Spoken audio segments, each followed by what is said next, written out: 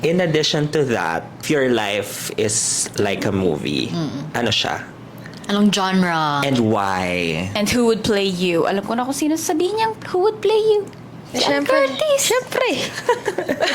Tapos leading man niya si Jergo. Hi, welcome to another episode of Suspicious Neighbors! Alam mo, coming from a family na ay may kapatid ako, ano feeling ng only child ka lang? Kasi yung iba, parang pinapangarap nila na, sige, siguro maging only child. Yeah.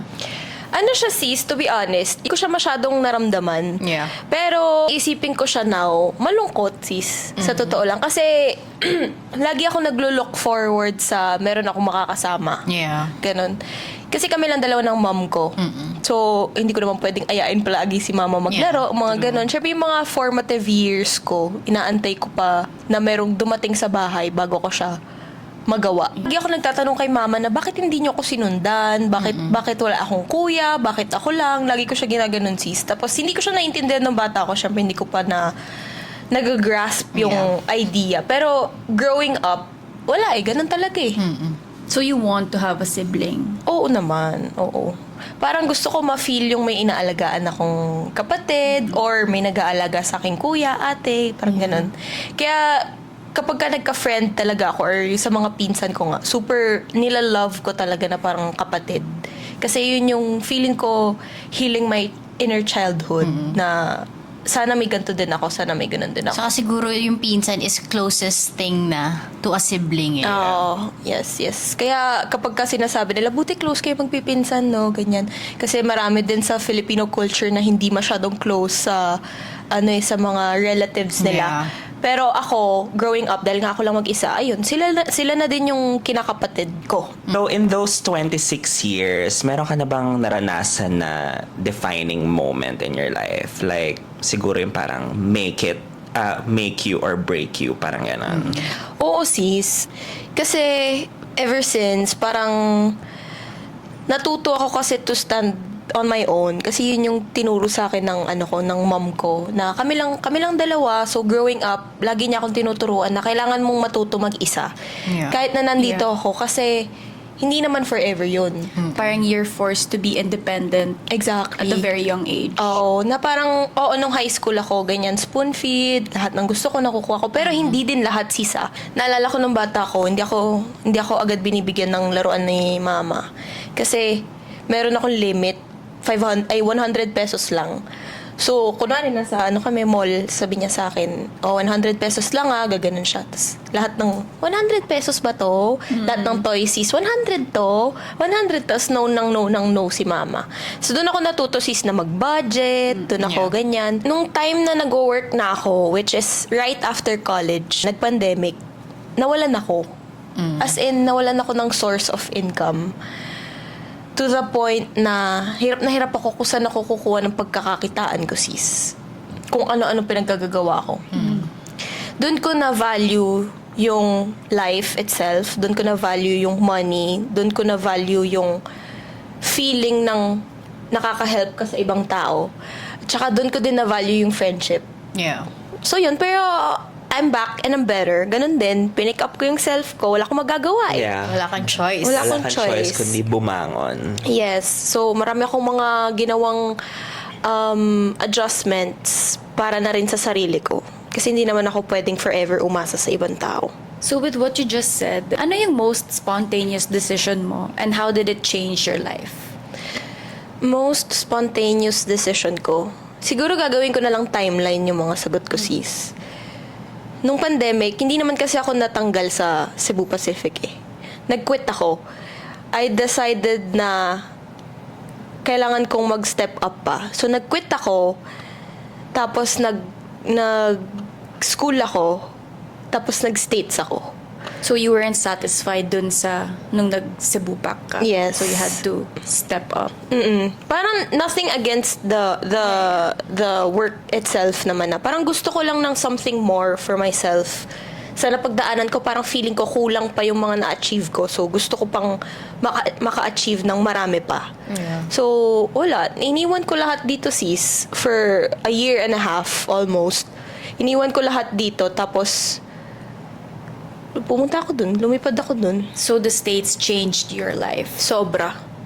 Sobra. Kasi, syempre, sanay ako dito na happy-happy lang tayo, Yeah. labas-labas tayo, doon, Work kung work. Work talaga kung So work. makita mo talaga yung difference when you worked here versus when you worked Oo, sis. overseas. To think na marami na akong problema before I went to the States.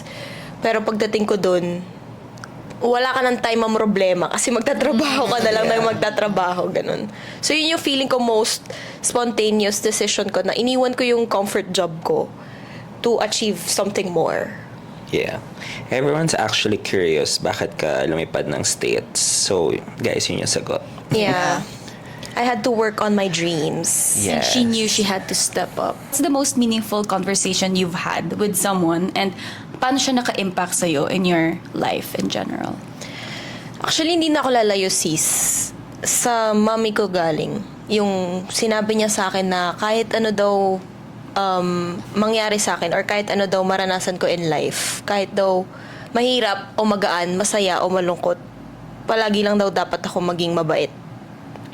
Kasi I could never go wrong sa pagiging mabait. Dahil wala sisi, ganun talaga eh. Ganun yung mundo eh. The world It's is a cruel cruel. world. Yeah. And life is unfair. Exactly. So, kung papantayan ko daw yung kasamaan ng mundo, hindi daw ako maiiba. Tsaka, hindi daw ako sasaya. So, wala daw mawawala sa akin if magiging mabait ako. Kaya, ganun yung na-mold ko sa utak ko. And siguro up until today, dinadala ko siya na kahit pikon ako, kahit galit ako. Magagalit ako, oo. Syempre, tao lang din naman ako. Yeah. Pero, lagi kong natututunan paano agad magpatawad. And to be kind. Grabe naman yung pa-advise ni tita. Lakas maka Mother Teresa. Parang hindi ko in-expect na sasabihin ni Francisca. Yan. Di ba kasi bullied ako so Yeah. lagi akong umiiyak, lagi akong nagrereklamo sa kanya. So, Umuwi ka na umiiyak. oo sis. Kasi yun nga, grabe kasi yung pagbubuli sa akin nun. Yeah. So, siguro ang nasa thinking ni mama, baka lumaki akong may galit sa mundo, Yeah. may inis sa ibang tao dahil sa ginawa sa akin. Pero kaya niya siguro sa akin, lagi ini-instill yung mindset na yun. Kasi ayaw niya maging masamang tao ako paglaki ko. Perfect. Yan. So, tapos na tayo sa parang mga napagdaanan mo in the past. Ito Yeah. parang random question lang naman to. Kung hindi factor ang fear, ano yung gagawin mo tomorrow?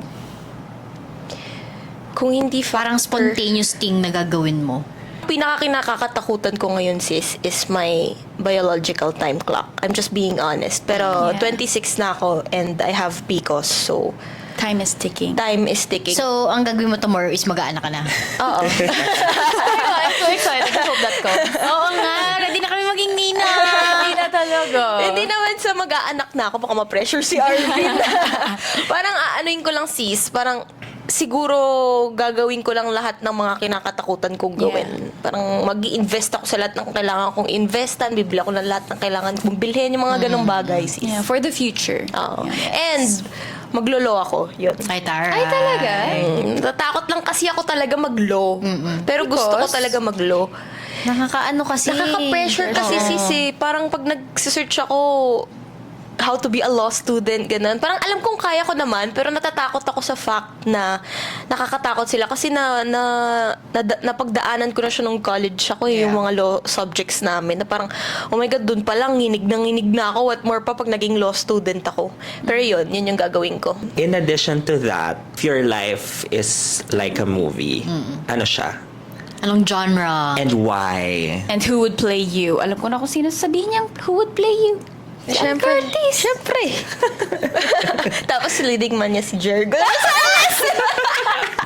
Gusto ko yung may casting na talaga. Oo, may casting Eh, di sana wag ka nang mag-play.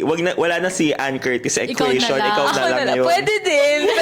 Mga director dyan calling out. Pero sis, as a happy person na maraming pinagdaanan sa life, feeling ko, ang magiging genre ng movie ko is comedy drama. Pwede. Comedy drama. Parang yung character ko, I don't know if may nakapanood na sa inyo, parang siyang si Mrs. Maisel. Si Mrs. Maisel kasi ano siya comedian siya, pero living sa first century pa ng mga hindi uso yung independent yung mga babae. So, iba sa mata ng ibang tao na siya yung nag-pick up ng sarili niya to become a famous comedian. So, feeling ko na-relate ko yung self ko sa kanya. Kaya, comedy drama.